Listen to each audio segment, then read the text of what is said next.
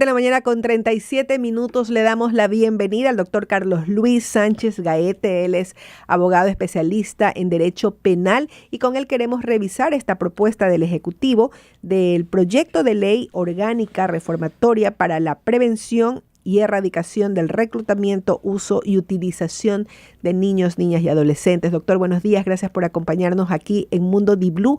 Y bueno, pues sabemos que estos delitos están tipificados actualmente, pero sus penas pues ya no corresponden a la realidad.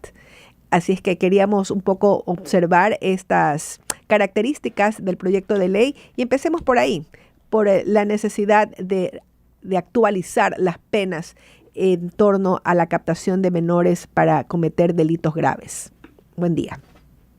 Muy buenos días. Qué gusto compartir contigo, Carola, y con el resto del equipo esta mañana este tema tan importante, tan interesante, que en el debate nacional definitivamente, pues para propios y ajenos a la materia jurídica, se le hace como obvio que hay una muy grave necesidad de volcar la mirada hacia a los menores de edad, a los adolescentes que han sido involucrados en la dinámica de la delincuencia organizada.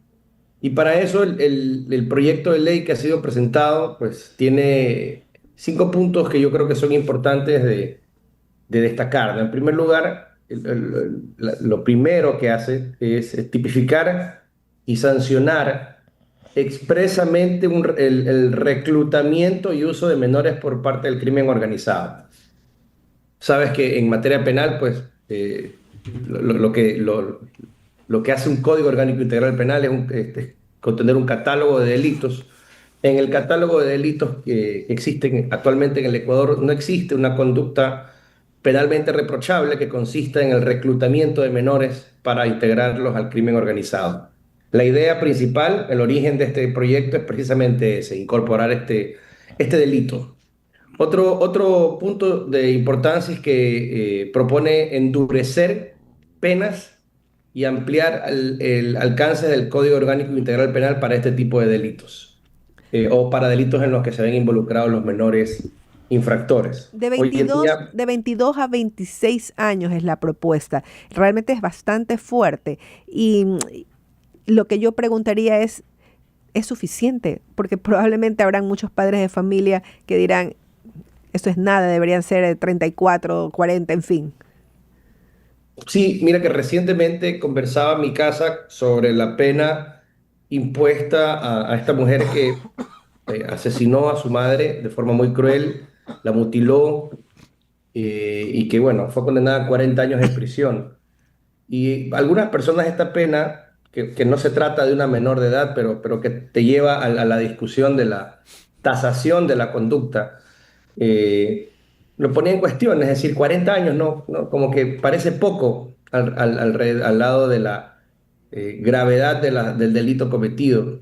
Y otro caso que recuerdo sobre este particular, no sé si te acuerdas, pero hace mucho tiempo ya hubo un accidente de tránsito ocasionado por una persona en estado de ebriedad que mató a 11 personas, que las atropelló en la entrada de la 8, creo que se Así llama es. ese sector.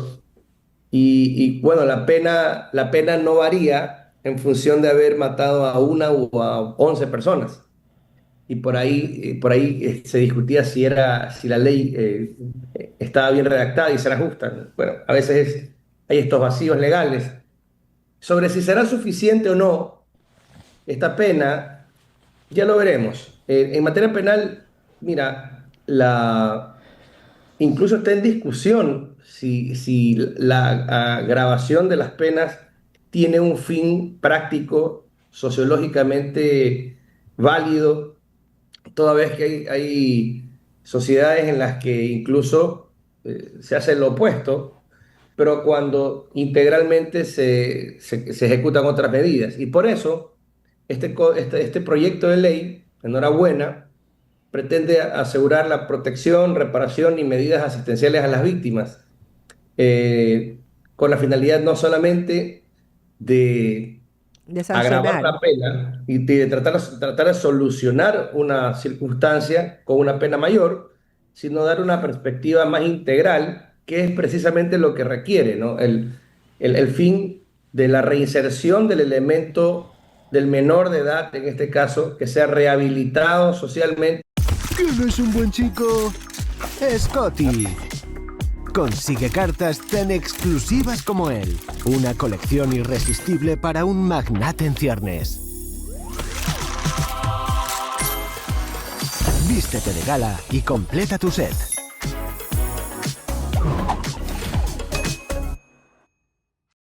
En pendiente.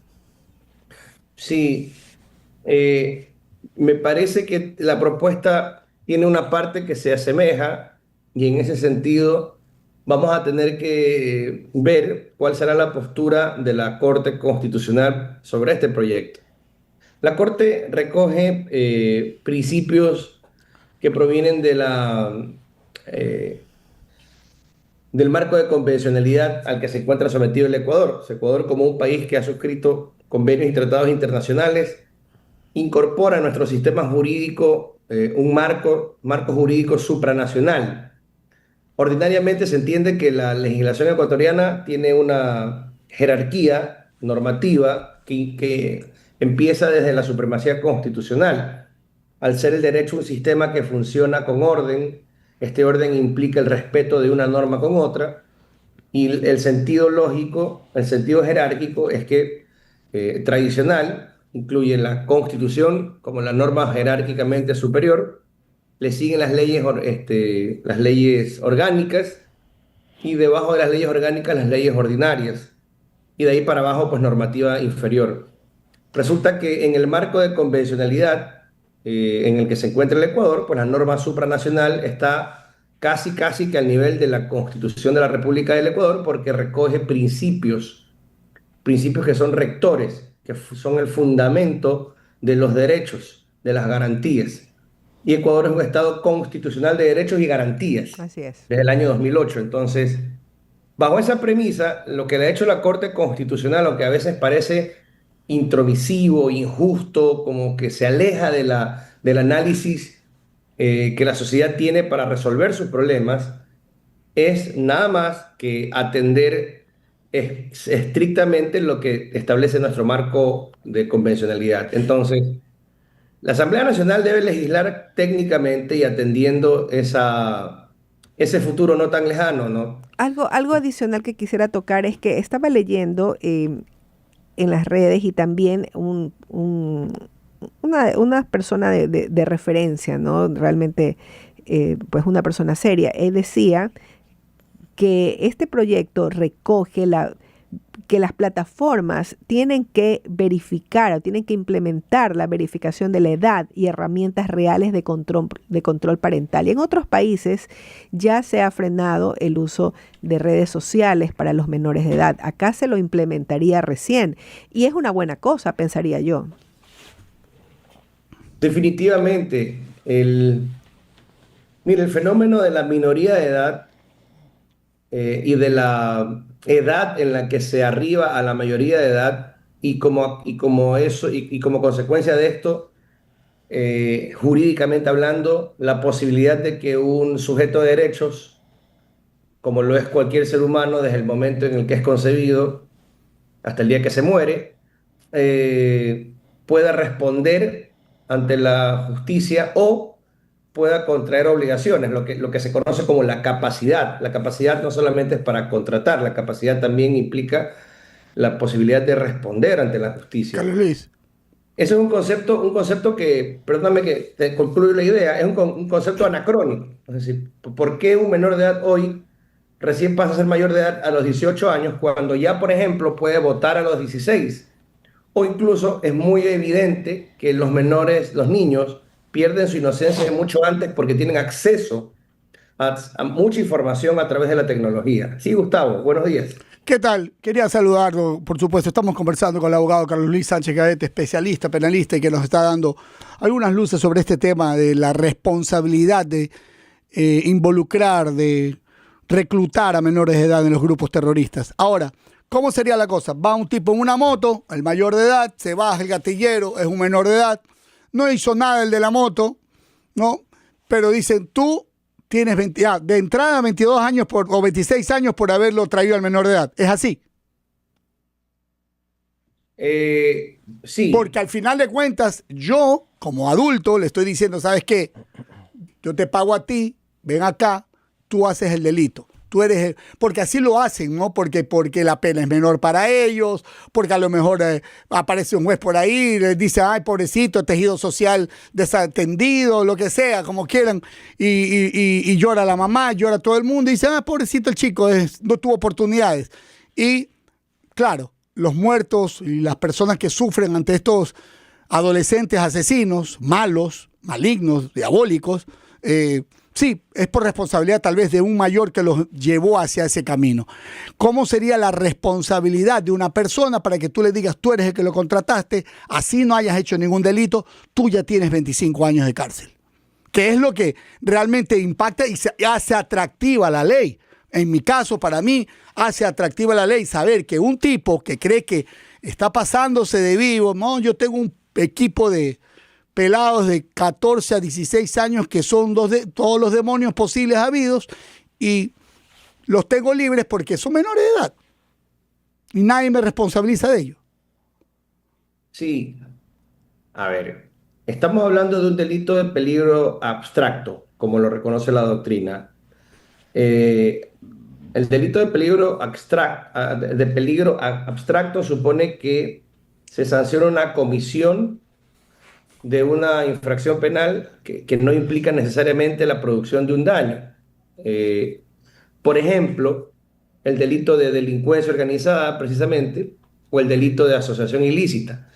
En ambos casos son delitos que sancionan el hecho de agruparse para cometer otros delitos.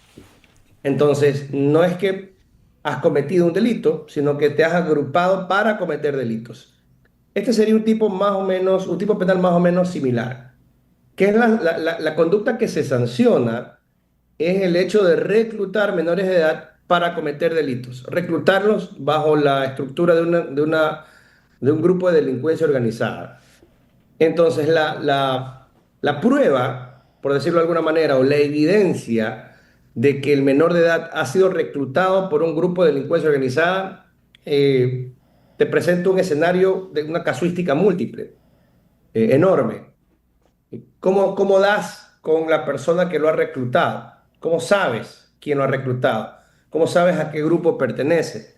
Y afortunadamente en este universo delictivo, pues existe efectivamente una estructura liderada siempre valga la redundancia, el líder de la delincuencia organizada, pues que es plenamente identificable, o bien mandos medios, pero al final del día el que pertenezca a una estructura de este tipo siempre obedece a un mando, ya sea jerárquicamente mayor o inferior, y en ese sentido, y tanto más si es un menor de edad, pues obviamente habrá que identificarse a través de los medios tecnológicos que nos permite hoy en día el escrutinio científico del proceso penal, a través de chats. Bastará eso, entonces ya lo que antes se conocería como el autor intelectual se volvería en este caso el reclutador.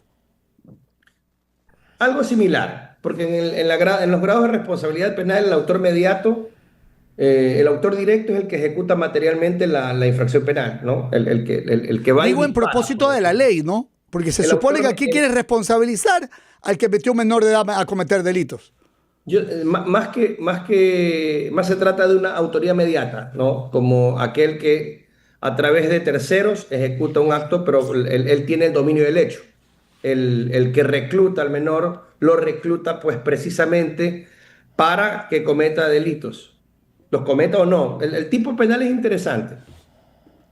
Se nos acaba el tiempo, pero bueno, se nos quedan pendientes algunas cosas y habrá el momento de conversar personalmente, Carlos Luis, porque sí me gustaría en otro momento ya hablar de cómo sería el proceso de identificación de los menores en riesgo, qué va a pasar en las escuelas, si es conveniente que la policía tenga acceso a los interiores, hacer, no sé, pues revisar mochilas, como era antes, ¿no? Como hubo antes una intención y luego pues se suspendió esto y así sí tenían por lo menos controlado el delito dentro de las instituciones educativas. Pero bueno, ya será materia de otra conversación. Por lo pronto, te deseamos un buen día y muchas gracias por aceptar esta conversación.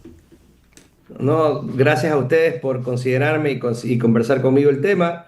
Me hubiera gustado estar físicamente por la radio el día de hoy, pero la verdad es que las lluvias nos tienen un poco pausados. Y seguirán. Ahí seguirán. Ahí estaban los pronósticos. Gracias a Carlos Luis Sánchez por estar con nosotros. Nos retiramos. Ya vienen los comentaristas a hablar de esta primera fecha de Liga Pro, que ya tiene sorpresas, que ya tiene también dimes y diretes, y por supuesto los comentaristas son los que saben del tema. Nos vamos. Pasen bien, que tengan buen día. Buen inicio de semana también.